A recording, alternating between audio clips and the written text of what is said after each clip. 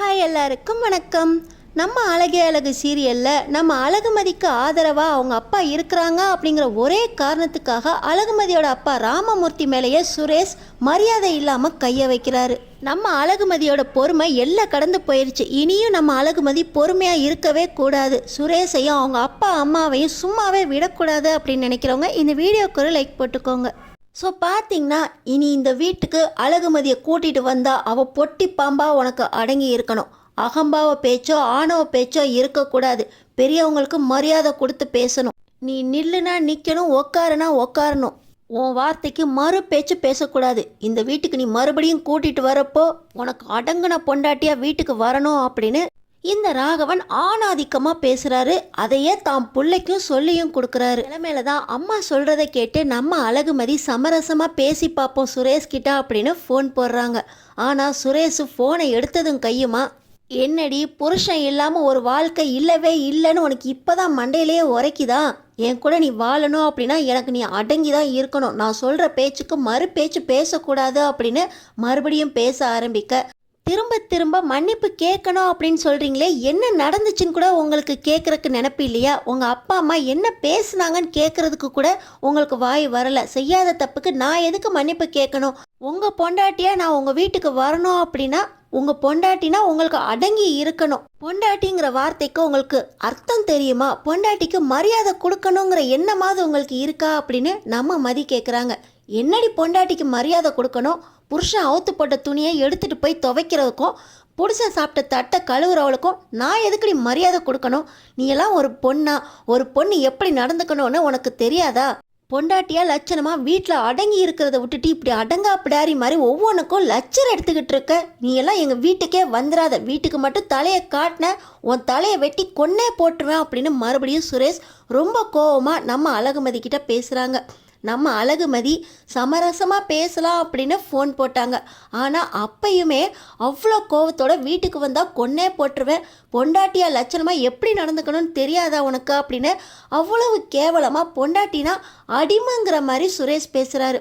இவங்களெல்லாம் திருத்தவே முடியாது அப்படின்னு நம்ம அழகுமதி ஒரு முடிவுக்கு வந்து சுரேஷ் எஸ்ஐ போஸ்ட்டில் இருக்க அம்பத்தூர் ஸ்டேஷனுக்கே நேராக போகிறாங்க. நம்ம அழகுமதி ஸ்டேஷனில் சுரேஷை பார்க்கணும் அப்படின்னு சொல்லி சுரேஷ்கிட்டேயே என் ஹஸ்பண்ட் சுரேஷை பற்றி நான் கம்ப்ளைண்ட் பண்ணணும் அப்படின்னு கம்ப்ளைண்ட் லெட்டரையும் கொடுக்குறாங்க. இப்போ நீ எதுக்கு ஸ்டேஷன் வரைக்கும் வந்திருக்க? பொண்ணா லட்சணமாக எனக்கு பொண்டாட்டியாக நடந்துக்கிறதா இருந்தால் நேராக வீட்டுக்கு வா. உன்னை மன்னிச்சு எல்லார்கிட்டையும் மன்னிப்பு கேட்டால் உன்னை பொண்டாட்டியாக ஏற்றுக்கிட்டு என் வீட்டில் வாழ விடுறேன்.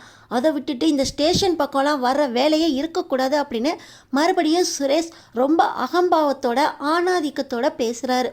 ஆனால் நம்ம அழகுமதி, நீங்கள் ஒரு எஸ்ஐயாக என்கிட்ட கம்ப்ளைண்ட் பண்ண வந்த ஆள்கிட்ட கம்ப்ளைண்ட்டை வாங்கணும். நான் என் ஹஸ்பண்ட் சுரேஷை பற்றி எஸ்ஐ கிட்ட கம்ப்ளைண்ட் பண்ண வந்திருக்கேன். என் ஹஸ்பண்ட் சுரேஷ் என்ன அடிக்க கை ஓங்கினார். வீட்டை விட்டு அன்டைமில் விரட்டி வாசல்லையே உட்கார வச்சாரு. என்னை ஃபோன் பண்ணி கொலை பண்ணிடுவேன்னு மிரட்டுறாரு. என் ஹஸ்பண்ட் சுரேஷ் மேலே நீங்கள் ஆக்ஷன் எடுக்கணும். எங்கள் வீட்லேயும் மாமியார் மாமனார் கொடுமை நடக்குது. எங்கள் மாமியார் பேர் ராஜலக்ஷ்மி, என் மாமனார் பேர் ராகவன். இவங்க தான் வீட்டில் இருந்துக்கிட்டு பெண்களை மதிக்காமல் பெண்களை அடிமை போல் நடத்திக்கிட்டு இருக்காங்க. அந்த வீட்டிலேயே ஏற்கனவே ஒரு மருமகளும் இருக்காங்க, அழகு மலர். அவங்களையும் அடிமை போல் நடத்திக்கிட்டு இருக்காங்க. என் ஹஸ்பண்ட் சுரேஷ், அவங்களுடைய அம்மா அப்பா இவங்க 3 பேர் மேலேயும் கம்ப்ளைண்ட் எழுதி கம்ப்ளைண்ட் லெட்டரை உங்கள்கிட்ட கொண்டு வந்திருக்கேன் அப்படின்னு சொல்லி எஃப்ஐஆர் ஃபைல் பண்ண சொல்லி நம்ம அழகுமதி சொல்ல, என்னடி பெரிய கம்ப்ளைண்ட் லெட்டர்? வீட்டில் அடங்கி உடங்கி இருக்க முடியல, மாமனாரும் மாமியாரும் மன்னிப்பு கேளுனா கேட்க முடியல, பொண்டாட்டியாக நடந்துக்க தெரியல, இவ கம்ப்ளைண்ட் கொண்டு வந்து ஏங்கிட்டே கொடுப்பாலாம். அந்த கம்ப்ளைண்ட்டுக்கு நான் ஆக்ஷன் எடுக்கணுமா?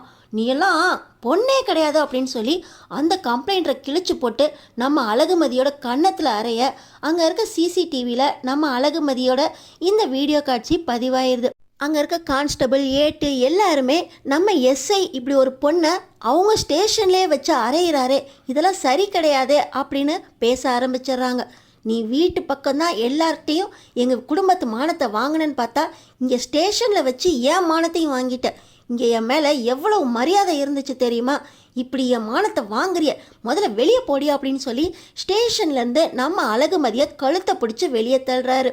அம்மா அழகுமதி, நீ வாமா, நீ இவங்கள்ட்டெல்லாம் மரியாதை கிடைக்கும், இவங்கள்ட்டெல்லாம் நியாயம் கிடைக்கும் அப்படின்னு வந்ததே தப்புமா அப்படின்னு சொல்லி இந்த நேரத்தில் அழகுமதியோட அப்பா ராமமூர்த்தியும் மாப்பிள்ள, ஒரு பொண்ணுக்கிட்ட எப்படி நடந்துக்கணும் அப்படின்னு உங்களுக்கோ உங்கள் குடும்பத்துக்கோ தெரியல.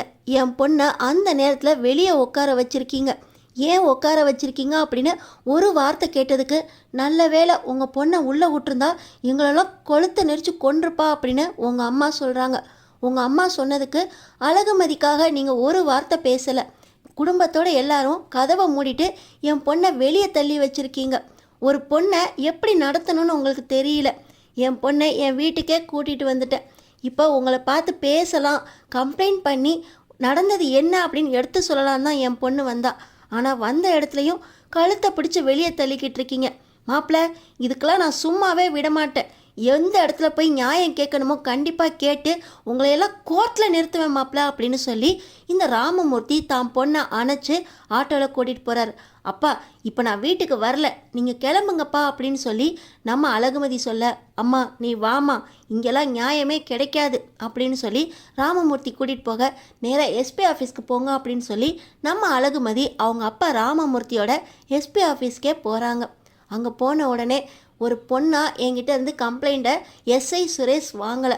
அம்பத்தூர் ஸ்டேஷனில் என்னை அடித்து எஸ்ஐ சுரேஷ் கம்ப்ளைண்ட் பேப்பரை கிழிச்சு போட்டு கழுத்தை பிடிச்சி வெளியே தள்ளினார். அந்த வீடியோ ரெக்கார்டிங்ஸ் எல்லாமே அம்பத்தூர் ஸ்டேஷனில் இருக்குது. எனக்கு நியாயம் கிடைக்கணும் சார். என் கம்ப்ளைண்ட்டை நீங்கள் எழுதி வாங்கணும். நான் கொடுக்குற கேஸ் கம்ப்ளைண்ட்டாக எஃப்ஐஆர் ஃபைல் பண்ணணும் அப்படின்னு நம்ம அழகுமதி ராமமூர்த்தியோட வந்து ஃபைல் பண்ண சொல்கிறாங்க. எஸ்பி சாரும், உங்களுக்கு நடந்ததுக்கெல்லாம் நான் மன்னிப்பு கேட்டுக்கிறேன் மேடம், கண்டிப்பாக இதுக்கான ஆக்ஷன் நான் எடுப்பேன் அப்படின்னு சொல்லி எஸ்பி சார் நேராக நம்ம அம்பத்தூர் ஸ்டேஷனுக்கே கால் பண்ணி, சுரேஷ் நேராக இங்கே வாங்க, உங்ககிட்ட கொஞ்சம் பேசணும் அப்படின்னு சொல்லி கூப்பிட்றாங்க.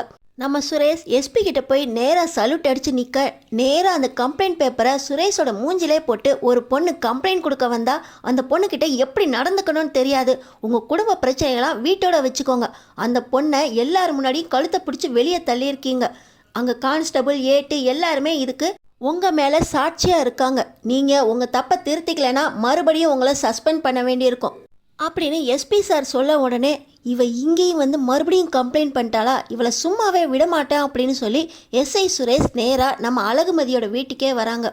மாப்பிள்ள, என்ன மாப்பிள்ள, என் பொண்ணை கூட்டிகிட்டு போக வந்திருக்கிறீங்களா அப்படின்னு சொல்லி நம்ம அழகுமதியோட அப்பா ராமமூர்த்தி சுரேஷை பார்த்து கேட்க, நீ கொடுத்த கம்ப்ளைண்ட்டை நேராக நீயே வந்து வாபஸ் வாங்கிக்கோ, தப்பெல்லாம் என் மேலே தான் அப்படின்னு சொல்லி எங்கள் அம்மா அப்பா கிட்ட மன்னிப்பு கேளு, உன் வாழ்க்கை நல்லா இருக்கணும்னு நினச்சினா மறுபடியும் எங்கள் அம்மா காலில் விழுந்து மன்னிப்பு கேளு, உன்னை நான் என் பொண்டாட்டியை ஏற்றுக்கிட்டு என் வீட்டில் இருக்க விடுறேன், அதை விட்டுட்டு மறுபடியும் எஸ்பி ஆஃபீஸ் கமிஷனர் ஆஃபீஸ்னு போய் என் மேலே கம்ப்ளைண்ட் கொடுக்குற வேலை வச்சுக்கிட்ட, நீயே வந்து கம்ப்ளைண்ட்டை வாபஸ் வாங்கி என் வேலை திரும்ப கிடைக்கிற மாதிரி பண்ண, மறுபடியும் நீயே வந்து என் மேலே தான் தப்பு அப்படின்னு எல்லார் காலையும் விழுந்து மன்னிப்பு கேட்குற மாதிரி நடக்கும், உன்னை இப்போ கழுத்தை பிடிச்சி தான் வெளியே தள்ளினேன், அடுத்தாப்புல கழுத்தை நெரிச்சு கொன்று போடுறது கூட தயங்க மாட்டேன், நீயா வந்து கம்ப்ளைண்ட்டை வாபஸ் வாங்கு அப்படின்னு சுரேஷ் எச்சரிக்கை.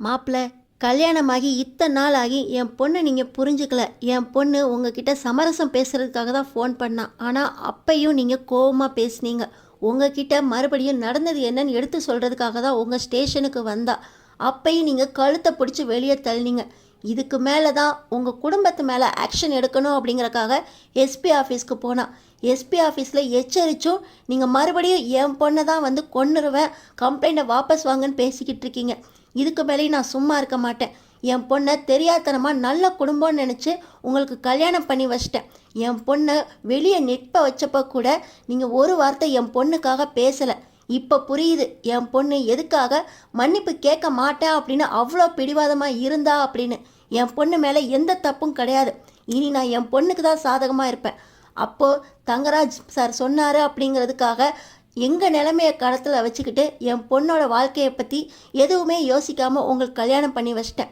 இப்போ யோசிக்கிறேன் என் பொண்ணுக்கு டைவர்ஸே ஆனாலும் பரவாயில்ல, இந்த முடிவுக்கு ஒரு நியாயம் கிடைச்சே ஆகணும், மாப்பிள்ள அப்படின்னு உங்களுக்காக என் பொண்ணுக்கிட்ட பறிஞ்சு பேசினது எல்லாமே போதும், நீங்கள் இப்போ எஸ்ஐயாக தான் நடந்துக்கிறீங்க, நானும் கம்ப்ளைண்ட் கொடுக்க வந்த என் பொண்ணோட அப்பாவாக பேசுகிறேன், என் பொண்ணு மேலே இனிமேல் கையை வச்சிங்க நடக்கிறதே வேற அப்படின்னு ராமமூர்த்தி சொல்ல, என்னையா பண்ணிடுவா அப்படின்னு ராமமூர்த்தியை சட்டையை பிடிச்சி கேட்க, சார் கையெடுங்க, எல்லாமே ரெக்கார்ட் ஆகிட்டு இருக்கு அப்படின்னு சொல்லி ராமமூர்த்தி சொல்ல, இப்போ நம்ம அழகுமதி அவங்க வீடியோ ரெக்கார்டிங்ஸ் எல்லாத்தையுமே சுரேஷ் கிட்ட காட்ட, என்னடி ஃபோனை காட்டி காட்டி பல்பு காட்டிக்கிட்டு இருக்கியா?